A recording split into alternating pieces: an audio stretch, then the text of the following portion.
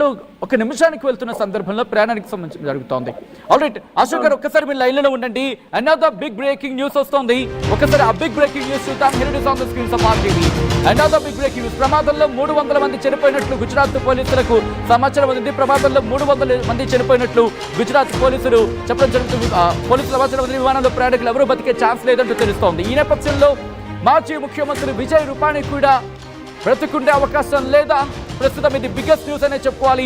ఎందుకంటే దేశ చరిత్రలో అత్యంత ప్రమాదకర అత్యంత దారుణమైన ప్రమాదంగా చరిత్రలో నిలిచిపోబోతోంది గుజరాత్ ఘటన. గుజరాత్ ప్లేన్ క్రాష్ కు సంబంధించి ఎయిర్ ఇండియా 171 ప్రమాదం ప్రపంచ చరిత్రలో కాదు, భారతదేశ చరిత్రలోని అత్యంత ప్రమాదకర ఘటనగా మిగిలిపోబోతోంది. ఎందుకంటే రిమెంబర్, ఇక్కడ 240 మంది ప్లేన్లో ఉన్న వాళ్ళతో పాటు అక్కడ బీజే మెడికల్ కాలేజ్కి సంబంధించి విద్యార్థులు మొత్తంగా కలిపి 300 మంది ప్రయాణికులు, దాంతోపాటు అక్కడ నివాస సముదాయం కూడా కావడంతో సుమారుగా 300 మంది మరణించే అవకాశం, 300 మంది మరణించి ఉంటారు, లేకపోతే 300 మంది మరణించి ఉండొచ్చు అనే అంశానికి సంబంధించి ప్రస్తుతం పోలీసులకి సమాచారం అంతా అర్థం చేసుకోవచ్చు. ఇది పూర్తిగా ఇంకా అఫీషియల్గా ధృవీకరణకు రావాల్సిన అవసరం ఉంది. ఇంకా మృతుల సంఖ్య పెరిగే అవకాశం ఉందనేది బిగ్గెస్ట్ క్వశ్చన్ మార్క్. ప్రస్తుతానికైతే మాత్రం ప్రమాదంలో 300 మంది మరణించినట్టు గుజరాత్ పోలీసులు సమాచారం అందిస్తున్న పరిస్థితిని అర్థం చేసుకోవచ్చు. విమానంలో ప్రయాణికులు ఎవరు బతికే అవకాశం లేదని తెలుస్తోంది. ఎందుకంటే ప్రమాదకర ఘటన, ఈ ఘటనే అటువంటి ప్రమాదకరం. ఇక్కడ మనం మాట్లాడుకోవడం జరుగుతోంది. నెంబర్కి సంబంధించి ఇది ఇంకా ఫైనల్ కాదు, ఈ సంఖ్య ఇంకా పెరిగే అవకాశం ఉంది అంటూ కూడా తెలుస్తున్నట్టు అర్థం చేసుకోవచ్చు. ఎందుకంటే ఇంతవరకు ఒకటే చెప్తడం జరుగుతోంది. ఈ ఘటనకు సంబంధించి రెస్క్యూ ఆపరేషన్స్ కొనసాగుతున్నాయి. శిథిరాల కింద ఎవరున్నారో తెలియదు, ఆ రెబల్స్ కింద ఇంకా ఎంతమంది ఉన్నారో తెలియదు. వాళ్ళని బయటకు తీసుకొచ్చే పరిస్థితుల్లో ఆఖరి కొన ప్రాణంతో ఉన్నారో లేదో తెలియదు, లేకపోతే మరణించారా, కొన ప్రాణంతో ఉన్నారా, లేకపోతే క్షతగాత్రులుగా ఉన్నారా, గాయాలయ్యాయా, ఇవన్నీ కూడా ఇంకా తెలియాల్సి ఉంది. ఎందుకంటే ఇంకా కొనసాగుతున్నాయి. మీరు చూస్తే కనుక కొద్దిసేపటి క్రితం వరకు కూడా అగ్నిమాపక శాఖ అక్కడికి చేరుకొని మంటలని చల్లార్చే ప్రయత్నం చేస్తోంది. ఈ పరిస్థితి మనం చూసాం. కాబట్టి ఇంకా శిథిరాల కింద ఇంకా ఎవరైనా చిక్కుకొని ఉండొచ్చు, వాళ్ళు ప్రాణాలతో ఉండే అవకాశం ఉంటుంది. లేకపోతే ఆ శిథిరాల కింద మరికొన్ని భౌతిక దేహాలు ఉండుండొచ్చు. సో ఇటువంటి పరిస్థితి అంటే మరికొంతమంది సంబంధించి ఆ మృతదేహాలు దొరికే అవకాశం ఉంటుంది అంటూ కూడా చర్చను అర్థం చేసుకోవచ్చు. ఎందుకంటే ప్రమాద తీవ్రత ఆ స్థాయిలో ఉంది. గుజరాత్ ముఖ్యమంత్రి భూపేష్ పటేల్ ఆయన హాస్పిటల్లోకి వెళ్తున్న విజువల్స్ మీరు చూస్తున్నారు RTV స్క్రీన్ మీద.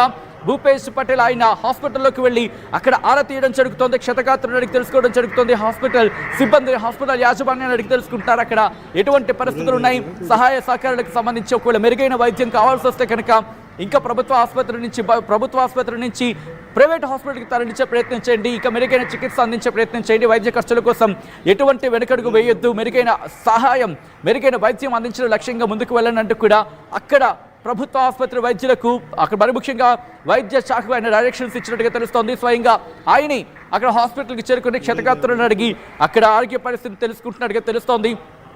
మరి ముఖ్యంగా అక్కడే కొంతమంది ప్రభుత్వ అధికారులను కూడా కేటాయించినట్టుగా ఈ ఘటనకు సంబంధించి పూర్తి స్థాయిలో వైద్య సహకారం అందించేందుకు గ్రీన్ క్యారిడార్ని కూడా ఏర్పాటు చేశారు. ఘటనా ప్రదేశం నుంచి హాస్పిటల్కి వెళ్లేంత వరకు మీరు చూడొచ్చు. స్ట్రెచర్స్కి సంబంధించి ఎక్కడికక్కడ వైద్య సాయం సిద్ధంగా ఉంచారు. ఎక్కడొక్కడ ఆలస్యం జరగకుండా, ఎక్కడొక్కడ తాత్సారం జరగకుండా ఏర్పాట్లు చేయాల్సిన పరిస్థితి ఉంది. ప్రస్తుతం మీరు చూస్తున్నారు విజువల్స్.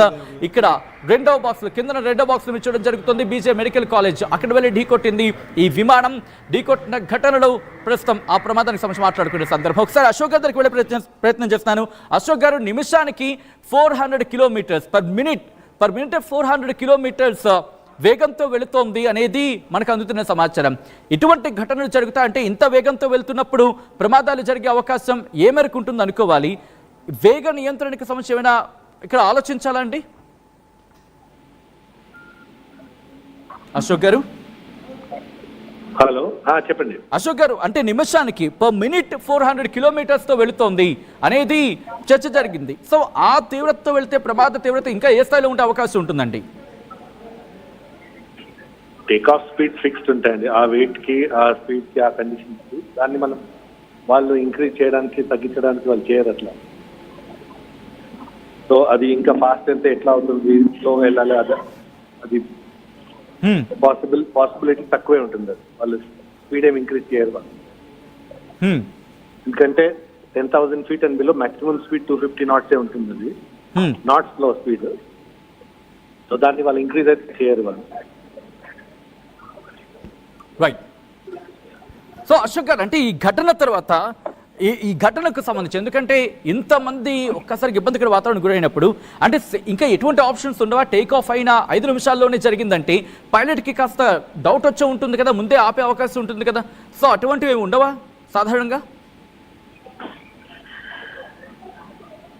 టేక్ ఆఫ్ అయినప్పటి నుండి 120 seconds లో ఈ మొత్తం సిచ్యువేషన్ అయిపోయిందండి. ఈ tragedy has start 120 seconds or maybe less.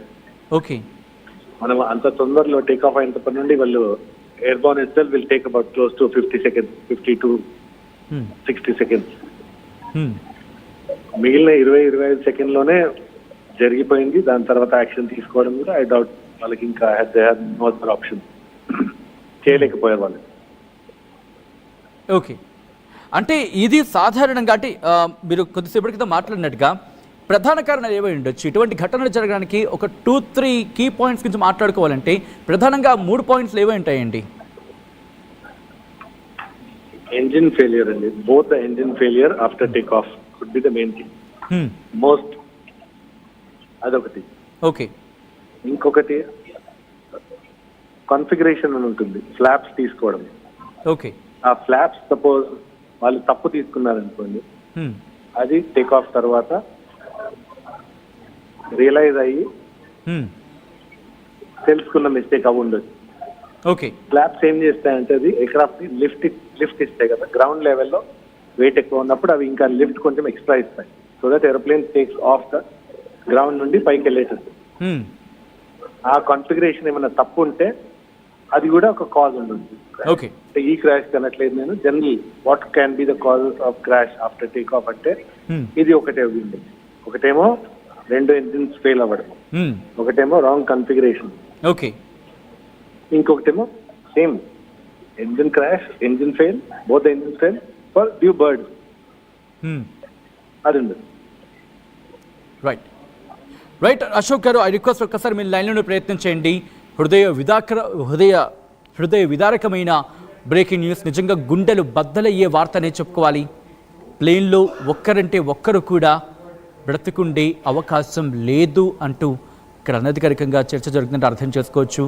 నిజంగా ఈ ఘటన దేశ చరిత్రలో ఒక విషాదకర ఘటనగా ముద్ర వేసేసుకుందనే చెప్పుకోవాలి, నిలిచిపోతుందనే చెప్పుకోవాలి.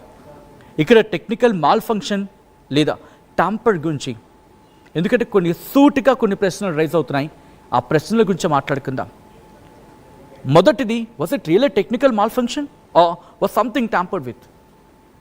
నిజంగా ఏమైనా మాల్ ఫంక్షన్ జరిగిందా, లేకపోతే ఎవరైనా దీన్ని టాంపర్ చేసిన పరిస్థితి ఉందా? ఇది మొదటి ప్రశ్న రైజ్ అవుతుంది. మరీ ముఖ్యంగా రెండోది, ప్రెషర్కి సంబంధించి మాట్లాడుకునే సందర్భం.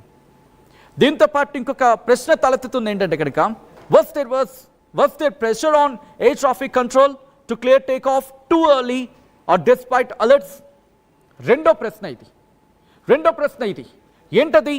ఏమైనా ఒత్తిడి ఉందా, ఎవరి మీదైనా ఒత్తిడి ఉందా అనేది రెండో ప్రశ్న ఇక్కడ తలెత్తుతుంది. దీంతో పాటు మరొక ప్రశ్న కూడా తలెత్తుతుంది, వాటి గురించి మనం మాట్లాడుకుంటున్నాం. మూడోది ఏంటంటే కనుక, high profile political figure. Why was a high profile political figure like Vijay Rupani on board, and is his presence a coincidence or a clue? ఇక్కడ ఒక హై ప్రొఫైల్ సంబంధించి, why was a high profile political figure like Vijay Rupani on board, and is his presence a coincidence or a clue? ఇది coincidence గా చూడాలా లేకపోతే క్లూగా